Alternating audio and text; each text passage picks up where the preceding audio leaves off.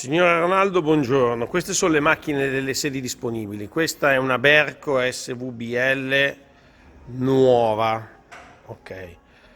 Qua abbiamo Sunnen VGS 20, macchine in ottime condizioni, americane, con un'attrezzatura di tipo già nuovo, e la macchina ha l'inverter, quindi col potenziometro per regolare la velocità, rotazione in un senso e nell'altro senso per andare a filettare. E queste sono le Sunnen, e di Sunnen ce ne sono due, ok, tutte quante in ottime condizioni. Poi mi faccia sapere se vuole vedere qualcosa di particolare della macchina. Poi abbiamo ASVA, che è la versione più moderna della SV.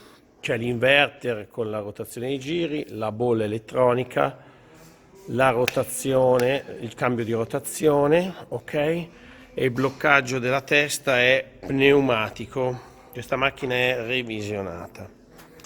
E poi abbiamo le ASV tradizionali, ne abbiamo due.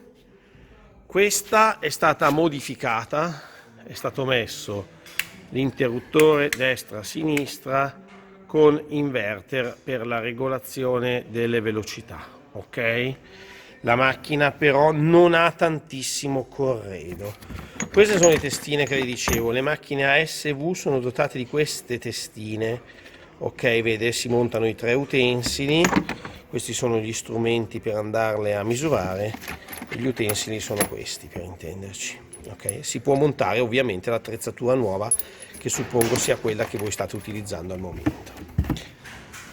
Questa è un'altra Berco ASV, questa è in ottime condizioni, questa è davvero bella e ha tantissimo, le condizioni delle guide sono perfette. Guardi, si vede ancora la fresatura originale, e anche qua c'è tantissimo corredo, ma sono tutte le testine, vede, di tipo vecchio, mentre invece Servi e le altre due macchine hanno le testine tipo nuovo. Nulla le vieta di montare le sue testine su questa macchina, Se lei ha già le testine tipo nuovo, se ha l'attacco da 1 pollice può montarle. Tra le due è ovviamente quella dietro è decisamente migliore, decisamente in ottime condizioni. Le faccio vedere le condizioni delle guide.